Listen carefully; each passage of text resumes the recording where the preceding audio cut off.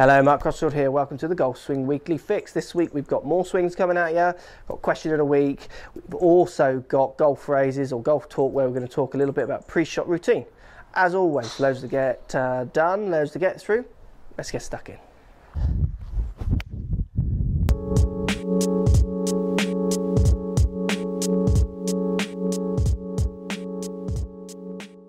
So let's look at a couple of swings where we see a couple of very similar fundamental mistakes that makes it hard for both of these golfers to get their weight through properly. So we'll see both of them as they hit the ball.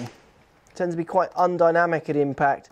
This guy on the right here is even moving his weight onto his back foot. He's pivoting around his back foot. So that's the fault, the fact that they're not getting through it. But what's making them do this? And if you look closely, just bring both of these back. We're just going to focus on the right foot, and what you're going to notice, so apart from the obvious try and get your weight through, come off your right foot, get that weight through kind of feelings that you're going to need to do, you're still going to have a conscious decision to get off your back foot. What I want you to do is watch closely what happens to the right foot. Very clear on this picture on the right here. You can see the weight all move to the outside of the foot. You actually see this shadow increase. We see more the sole on the inside of the right foot as he takes the club back. So he over-rotates his body in a way that moves the weight onto the outside of that foot. And it's more subtle on this one, but you still see it. There it goes. Just there, you start to move the weight onto the outside of the right foot. And then we see for both of them quite an undynamic impact position, quite flat-footed on the player on the left. Almost a bit flicky forward, and then very much pivoting around the right foot from the player on the right here. So what I want you to do is think a lot more about where the pressure is on your right foot as you make your backswing. I want you also both to consciously think about trying to actually get off your right foot on the way down, consciously turn that weight onto the left side more on the way down.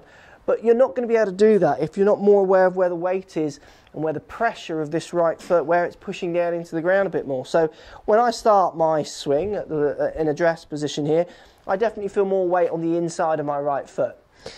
It's centered more to the inside part, certainly not the middle, definitely not the outside. I feel hips are just slightly forward and my weight slightly more on the inside.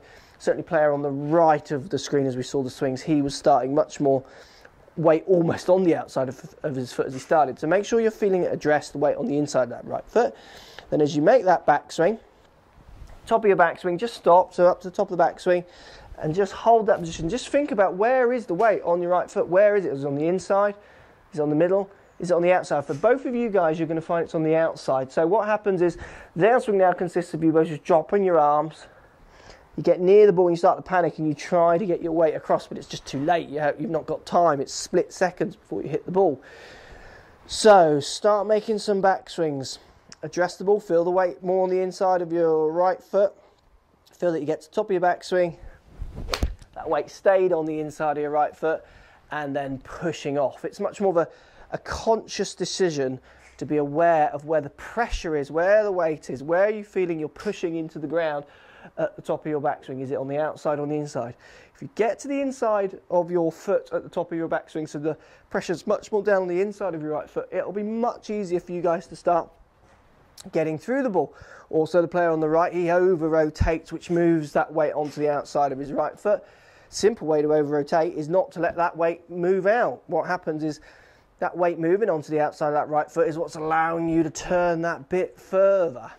So a great drill for trying to get through the ball is about focusing much more around where the pressure is on your right foot on the backswing and then how you release it. So start with the weight inside of your right foot, top of your backswing.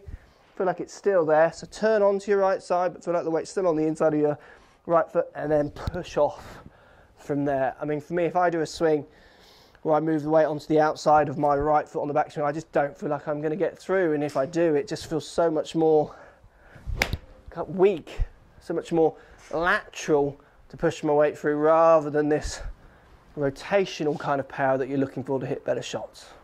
Let me know if that helps.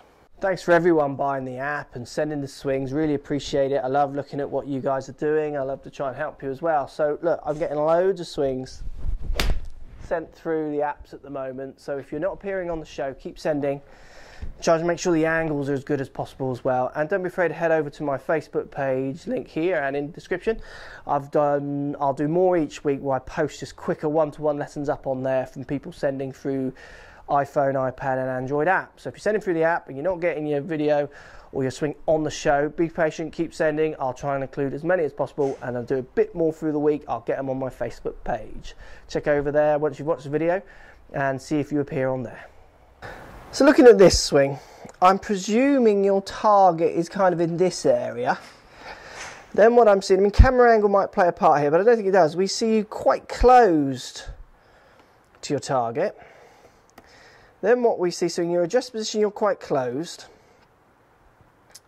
Then as you make your backswing, you swing along the line of your feet. So you can see this is now parallel to the line of your feet. It doesn't look so good in relationship to the line of where you're hitting the ball though.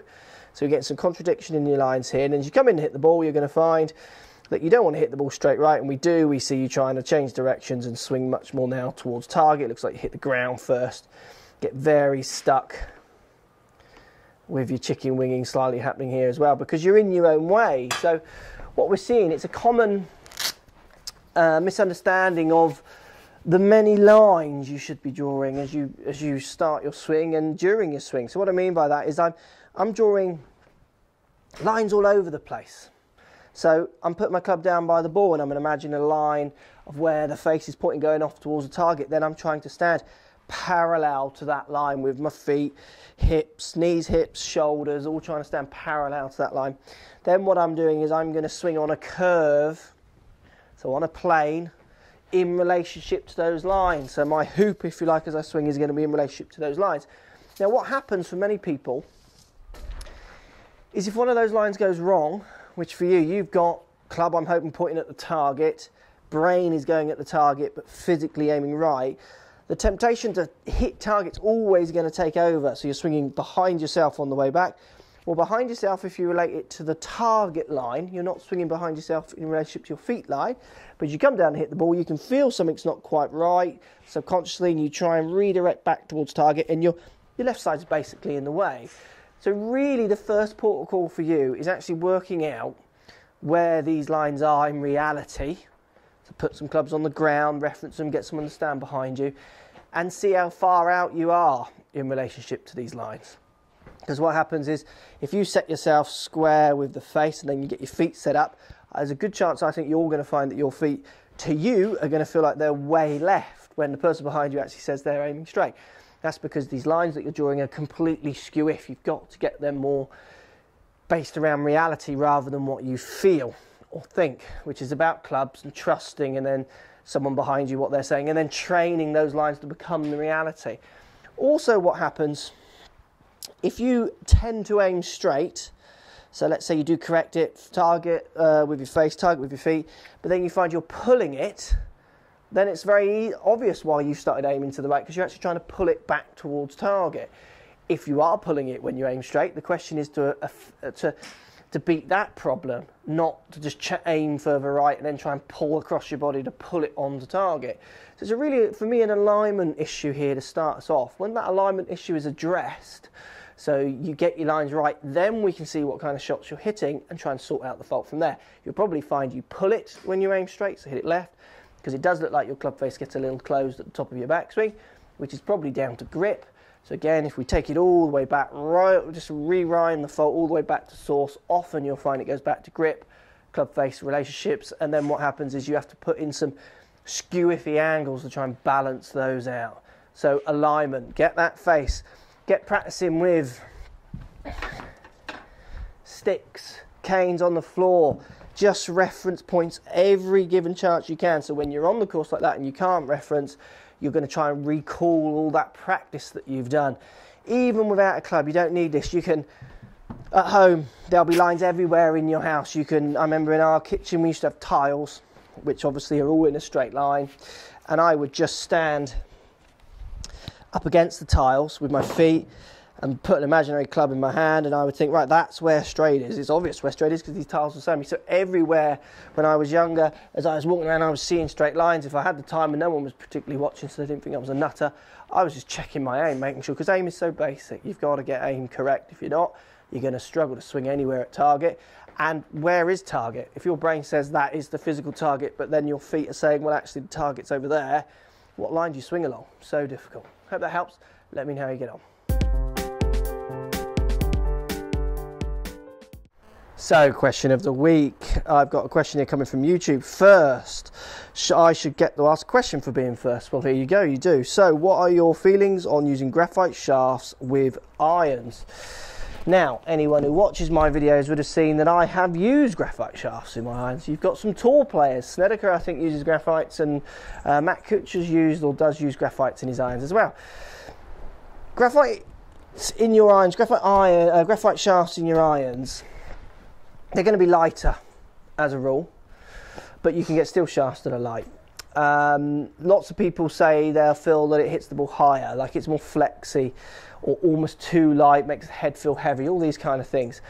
The trick with graphite shafts or not, and I know I say this in lots of videos, but it's about getting custom fit. Find something that suits your game. I use graphite in my irons, the old set I had. I don't anymore, I've gone back to steel. I haven't gone back to steel out of choice, I've gone back to steel just out of practicality to getting these clubs. I wanted them quick, and it was quicker for me to get them in the steel. When I use graphite irons, I had a problem with tennis elbow, and putting the graphite in the head just gave me a bit of peace of mind, felt a little bit softer as I hit the ball, and it made me feel more comfortable with the sore elbow that I had. If it actually made any difference or not is scientifically, you'd probably prove it didn't. For me as well, the graphite shaft I had when I put it on TrackMan, my swing didn't increase, my spin was the same, launch angle was the same, so it was making no real physical effect apart from feel. It felt softer to me. So for you, graphite shafts, no problem getting them in your irons. I don't sell many sets of irons with graphite shafts because for lots of people it doesn't make a difference, so why spend £100 more for something that gives you no more performance? The difference I see in graphite for people is when you start taking it to extremes.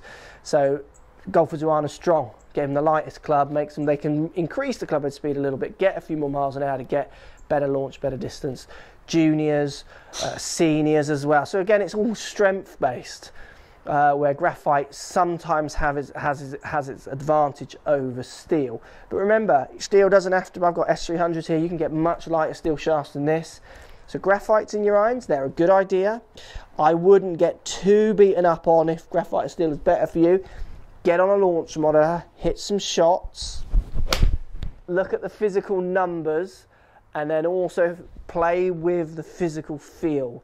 So what they feel like to you. If you like the feeling of them more, go with it. That's good enough. But for 100 quid more, often people don't need to think that they like them that much more. They can see the numbers are the same, so what they do is they stick with their cheaper steel options. Graphite in irons, got no problem with it. Got some world-class players using it. Let me know your thoughts, guys. I know there'll be some big thoughts on graphites in irons down below. Post the comments. Love to hear what you got to say. Right, guys.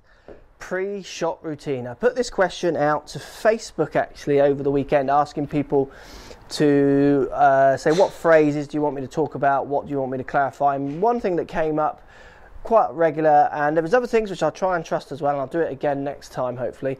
But one thing that people were saying was pre-shot routine. What is it? Why do you use it? How does it work? Those kind of things. One of the people who actually, which is quite funny, one of the people who left a comment was my mum on Facebook. She could have just phoned me, but she also said pre-shot routine. Can you explain pre-shot routine for me? So look, amateurs in relationship to pre-shot routine often don't have one.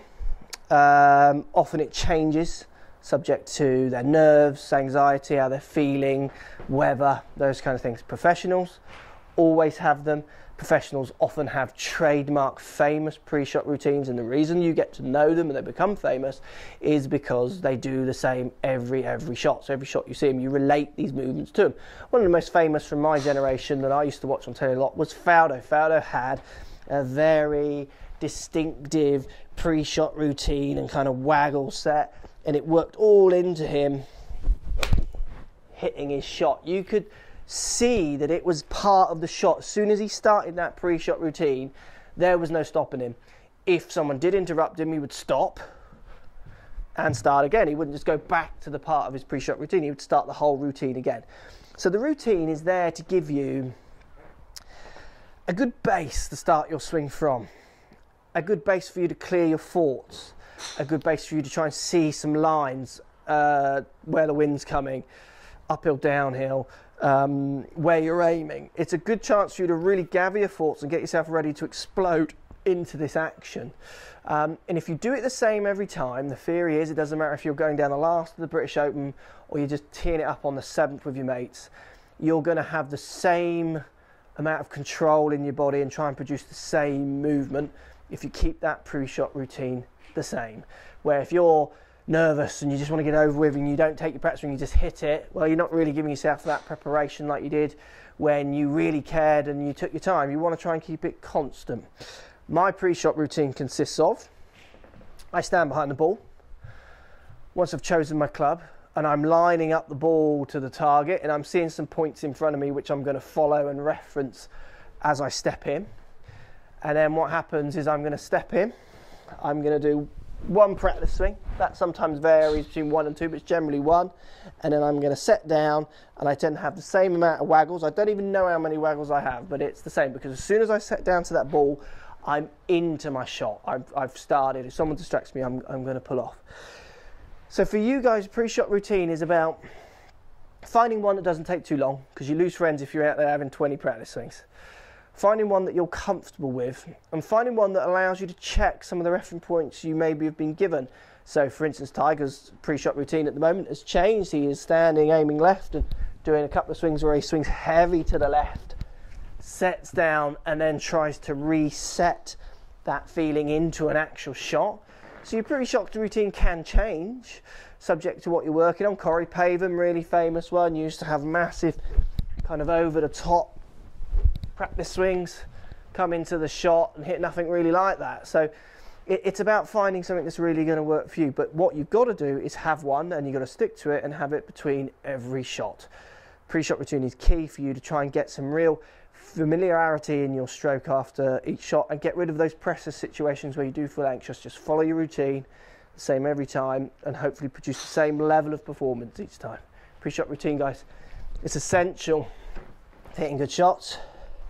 It's as important as your swing, and it should become part of your swing. Set yourself to the ball, push the trigger.